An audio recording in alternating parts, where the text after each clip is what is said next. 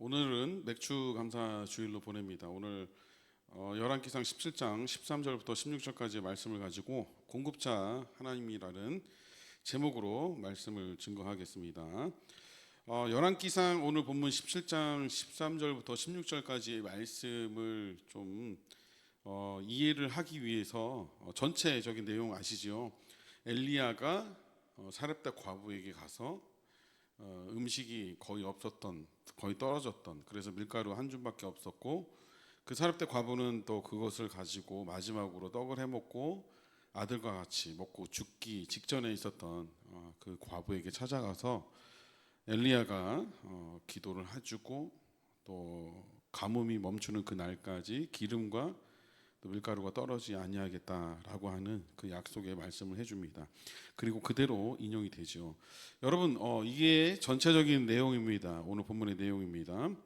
여러분, 그러면서 오늘 본문의 내용을 한번 살펴보기 위해서는 두 가지를 먼저 점검을 해야 됩니다. 시대적 배경과 상황이에요. 상황. 시대적 배경과 상황.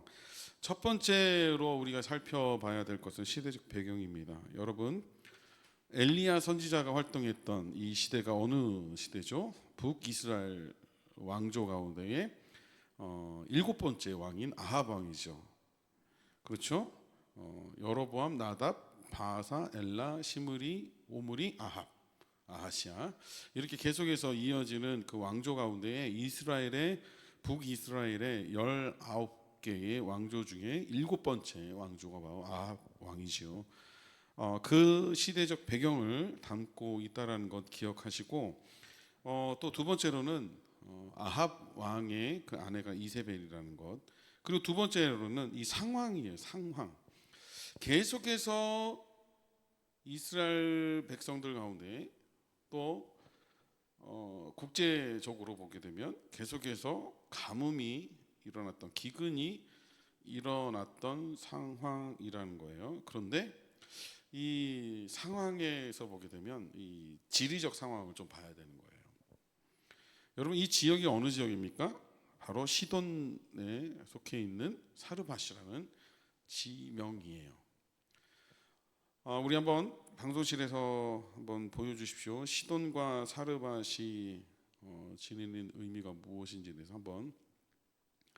그곳에는 바알과 아세라 신을 섬기는 그 중심지였다라는 거죠. 여러분, 바알과 아세라 신이 가지고 있는 의미가 뭘까요? 바로 바알은 농사의 가장 신이에요. 그래서 그가 저기 남자, 큰 덩치가 큰 남자 보이시죠? 그 남자는 번개와 천둥과 또 비를 또 가지고 있는 그런 신이지요.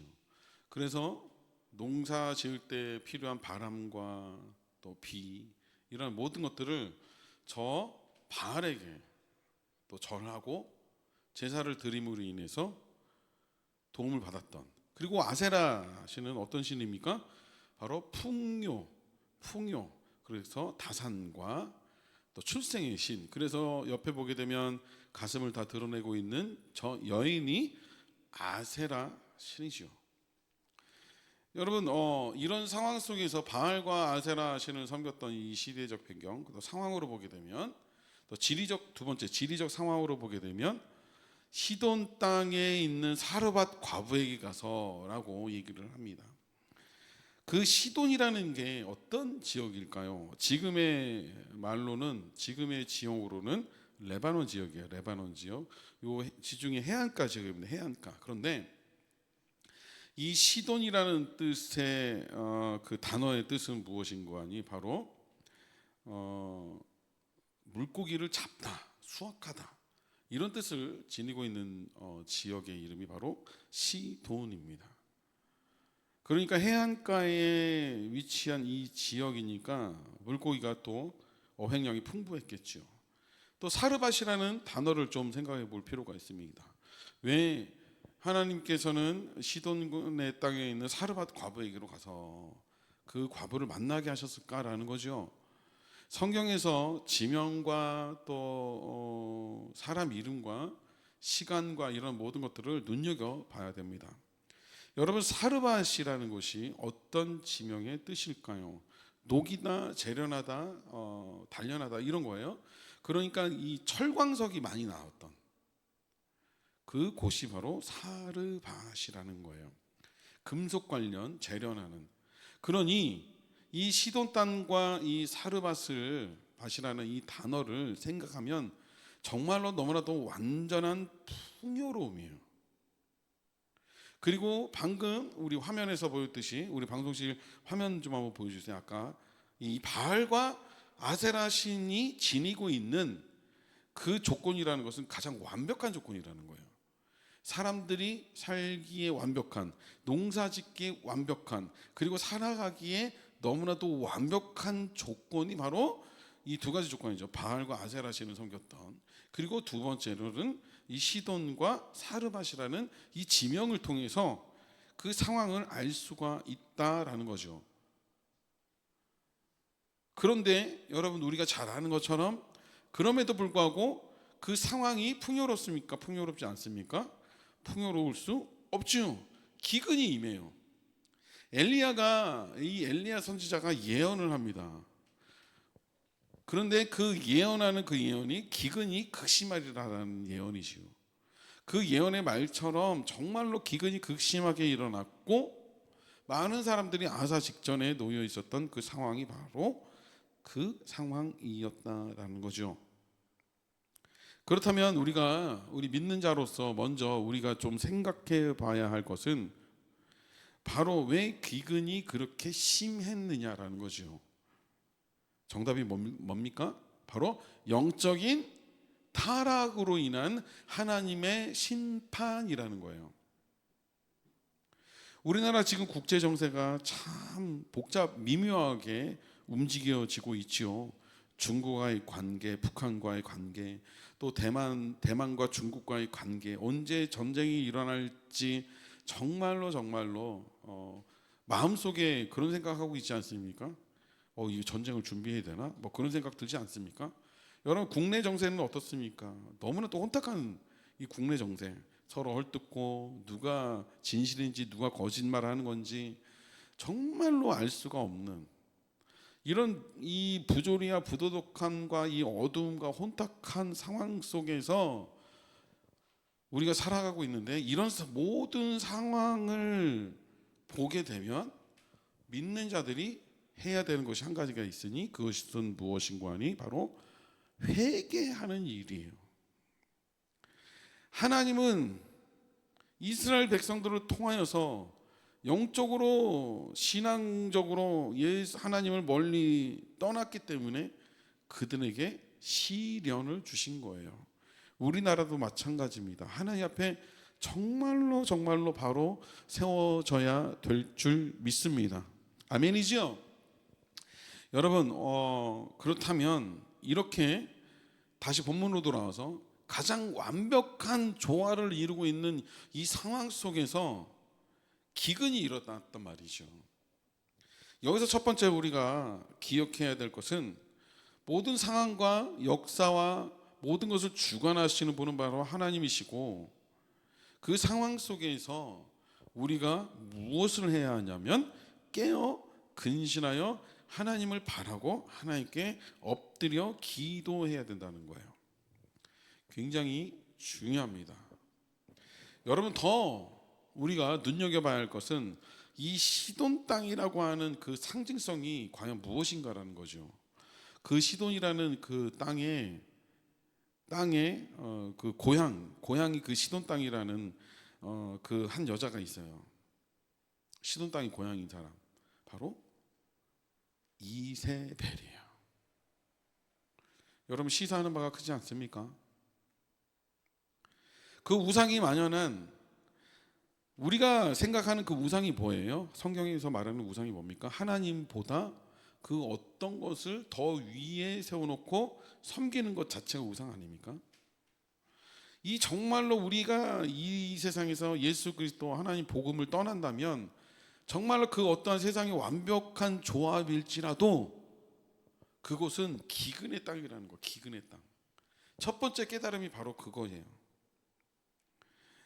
여기 보게 되면 말씀을 보게 되면 시편 146편의 말씀이지요. 귀인들을 의지하지 말며 도울 힘이 없는 인생도 의지하지 말지니 그의 호흡이 끊어지면 흙으로 돌아가서 그날로 그의 생각이 소멸하리로다. 여러분, 우리가 의지해야 될 것은 우리 자신과 우리의 건강과 우리의 스펙이 아니라 여호와 하나님만을 의지해야 된다라는 거예요. 굉장히 중요합니다. 그리고 하나님을 떠나서는 우리가 살 수 없는 그 극심한 그 가뭄에 놓여 있을 수밖에 없다라는 것 기억하시기를 주님의 이름으로 축원드립니다. 성경은 말하고 있어요. 부와 귀가 주께로 말미암고 또 주는 만물의 주가 되사 권세와 능력이 있사오니 모든 사람을 크게 하심과 강하게 하심이 주의 손에 있나이다. 역대상 29장의 말씀이죠. 여러분, 이처럼 우리가 아무리 정말로 우리 생각으로 완벽할지라도 하지만 그 안에 예수 그리스도가 없다면 그것은 극심한 가뭄의 삶이라는 거죠. 두 번째, 우리가 이 본문에서 살펴봐야 될 것은 두 번째는 무엇인가 하니 바로 사르밧 과부의 고백과 행동을 통해서 우리가 눈여겨봐야 되는 것은 바로 여호와 하나님의 말씀에 대한 순종의 삶이 굉장히 중요하다는 거예요. 오늘 본문 열왕기상 17장 13절의 말씀 한번 보여주실까요? 13절 말씀 같이 한번 제가 읽을게요. 엘리야가 그에게 이르되 두려워하지 말고 가서 내 말대로 하려니와 먼저 그것으로 나를 위하여 작은 떡 한 개를 만들어 내게로 가져오고 그 후에 너와 내 아들을 위하여 만들라. 여기 보십시오. 제가 노란 글씨로 표현한 문장이 있어요. 내 말대로 하려니와. 누구의 말이라는 거죠? 바로 사르밧 과부의 말이라는 거예요. 자, 무엇인가 하니 그 위에 12절을 보게 되면 이렇게 얘기를 해요. 아이고 선지자님이요, 내가 정말 밀가루 하나밖에 없는데 한 묶음밖에 없는데 요거 먹고 여기 있죠. 12절에 그가 이르되 당신의 하나님 여호와께서 살아계심을 두고 맹세하노니 나는 떡이 없고 다만 통에 가루 한 움큼과 병에 기름 조금뿐이라. 내가 나뭇가지들을 주워다가 나와 내 아들을 위하여 음식을 만들어 먹고 그 후에는 죽으리라. 이렇게 고백한 거예요. 그 여인이 엘리야에게 그렇게 고백한 거예요. 나 이거 한 움큼밖에 없는데 이거 만들어서 먹고 죽겠습니다. 그랬더니 그 얘기를 듣던 엘리야가 13절에 이렇게 얘기를 하는 거예요. 그래, 너가 한 것처럼 13절 보여주세요. 너가 한 것처럼 내 말대로 해. 그렇게 만들어. 다만 중요한 것은 너가 그렇게 만들고 그것을 먼저 나에게 줘라는 거예요. 그리고 네가 너 아들과 따로 나중에 먹어라는 거죠. 여러분, 이처럼 비합리하고 비합리적이고 비이성적인 그런 얘기가 어디 있어요? 조금밖에 없는데, 한 움큼밖에 없는데, 성인 남자 한 명이 먹을 양밖에 없는데 그것을 나한테 주고 나한테 만들어 주고 나머지 네가 알아서 먹어, 그 얘기예요. 무엇입니까? 야, 너 줄 거 없어. 그런데 이 엘리야가 그렇게 너가 한 말대로 그렇게 하거라라고 하는 이 문장에 주목하십시오. 무엇입니까? 하나님은 역사하실 때에, 일하실 때에 특별하게 어떤 환경을 짜잔 만들어 주시는 것이 아니라, 환경을 180도 바꿔 주시는 것이 아니라 우리가 하는 일상 속에서 하나님은 역사하신다는 거예요. 굉장히 중요합니다. 제가 두 번째는 하나님 말씀에 순종할 때의 역사가 일어난다고 얘기했죠. 그런데 그 순종함이라는 것은 우리가 어떤 특별한 일을 행할 때 역사가 일어나는 것이 아니라 우리의 일상 속에서 하나님께서 그렇게 역사하신다는 거예요.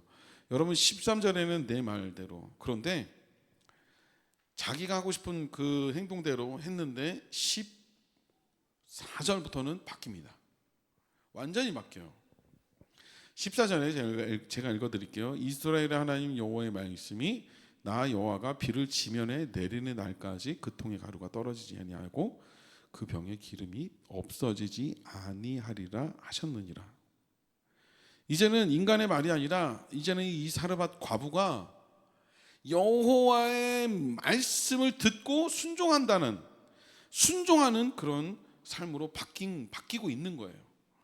우리 15절도 한번 볼까요? 15절을 보게 되면 가서 엘리야의 말대로 하였더니, 순종이죠. 여호와의 말, 엘리야의 말, 엘리야를 통해서 하신 말씀. 16절 한번 볼까요? 또 반복합니다. 여호와께서 엘리야를 통하여 하신 말씀과 같이.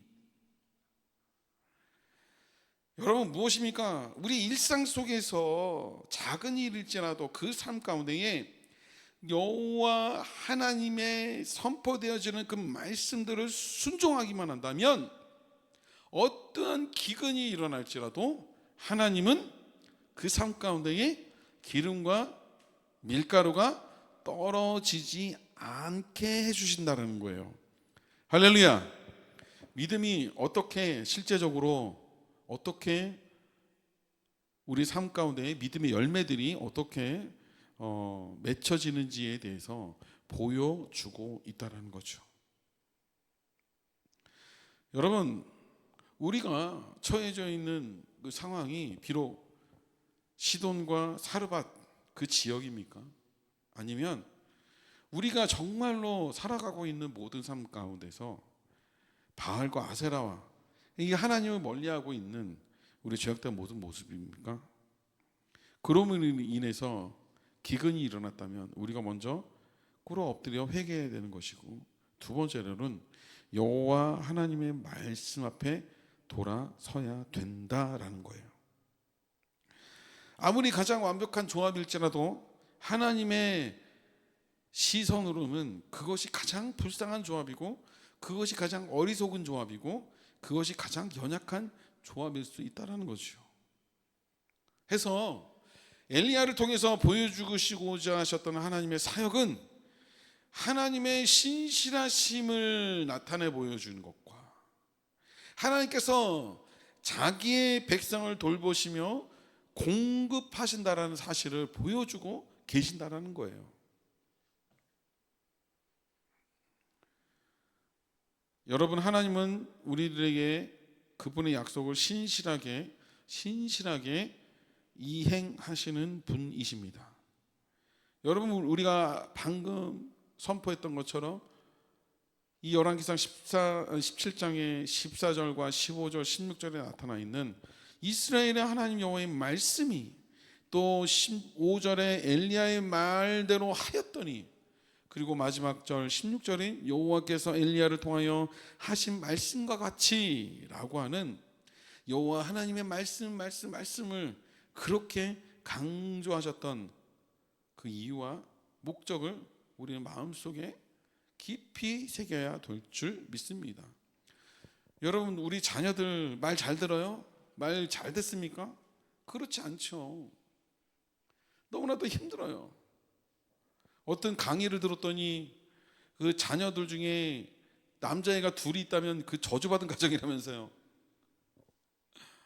그런 우스갯소리들도 있습니다. 여러분, 제가 이번 주에 상담을 또 해주러 어떤 제가 알고 지냈던 직전 교회 그 집사님을 만났고, 그 집사님의 따님이 대학교 3학년이고 이제는 졸업반이 됐는데 많이 힘들어해서 상담을 받으러 갔어요. 같이 모시고 와서 그 아이는 상담받고, 이 집사님도 저랑 같이 얘기를 하는데 하시는 말씀이 그거예요. 목사님, 요즘 아이들 정말 힘듭니다. 그리고 이 집사님 성격상 그 자녀들을 그냥 키운 게 아니에요. 정말로 지극정성으로 신실한 집사님이세요. 신실한 집사님이심에도 불구하고 지극정성으로 키웠고, 정말 이 모든 것들을 자녀들에게 다 쏟아부은 정말 좋으신 분이세요. 그럼에도 불구하고 힘들다는 거예요. 그리고 그 자녀가 마음대로 되지 않으니까 힘들겠죠. 뜻대로 되지 않으니까. 여러분, 자녀들 뿐이겠습니까? 남편 어떻습니까? 우리가 의지해야 되는 것은 바로 하나님이세요. 오늘 맥주 감사 주일로 보냅니다. 말씀 보여주세요. 출애굽기 23장 16절과 17절의 말씀은 우리 방송실 말씀 보여주세요. 출애굽기 23장 16절과 17절. 오늘은 맥주 감사 주일이에요. 맥주절을 지키라. 이는 내가 수고하여 밭에 뿌린 것의 첫 열매를 거두미니라. 수장절을 지키라. 이는 내가 수고하여 이룬 것을 연말에 밭에서부터 거두어 저장함이니라. 내 모든 남자는 매년 3번씩 주 여호와께 보일지니라. 여러분, 하나님께서 이스라엘의 성인 남자들에게 해년마다 3번씩은 무조건 여호와 하나님 앞에 보이라고 얘기를 합니다. 유월절, 맥주절, 그 다음에 뭐예요? 수장절이죠. 장막절이죠. 여러분, 이 맥주절이 지닌 의미가 무엇일까요? 정말로 2024년도 1월부터 6월까지 하나님이 먹이시고 입히시고 인도하시지 않았습니까? 아멘이죠? 하나님이 먹이시고 입히시고 했던 그 모든 일들에 대한 감사와 또 첫 수확인 그 곡물이나 이런 모든 것들의 첫 수확을 주신 하나님께 대한 감사. 더 나아가서는 이 맥주절이 오순절과 같이 연결되잖아요. 성령 하나님께서, 예수님께서 부활하시고 승천하셔서 우리들에게 성령 하나님을 함께 하셔서 그 성령 하나님으로 인해서 이 우리가 모든 일들을 감당하고 남음이 있는 그 기쁨의 절기가 바로 맥주 감사 주일이에요. 그래서 우리가 정말 이 날을 기념하기 위해서 우리가 찬양 축제도 하는 이유가 바로 그것입니다. 우리를 인도하시는 하나님, 성령 하나님과 함께 하시는 하나님, 성령 하나님이 우리를 돌보시는 하나님, 그 하나님께 감사해서 우리가 이렇게 귀한 찬양 축제로 하는 것입니다. 여러분, 2024년도 1월부터 6월까지 지금까지 하나님이 먹이시고 입히시고 살리셨다면 우리의 남은 2024년도의 하반기도 하나님께서 먹이시고 입히시고 살려주실 줄 믿습니다. 오늘 이 시간에 우리가 반드시 기억해야 할 것은 우리가 가지고 있는 가장 완벽한 조합일지라도 그것이 하나님이 없다면 그것은 극심한 가뭄의 삶이라는 것과 그 자리에서 빨리 벗어나 회개하는 것과 두 번째로는 철저히 하나님의 말씀에 순복함으로 인해서 주님께서 통치하시고 주님께서 인도하시는 것을 고백하는, 그래서 주님께서 우리들의 모든 것들을 풍요롭게 하시는 그런 삶으로 나아가야 될 줄 믿습니다. 우리 다 같이 기도하시겠습니다.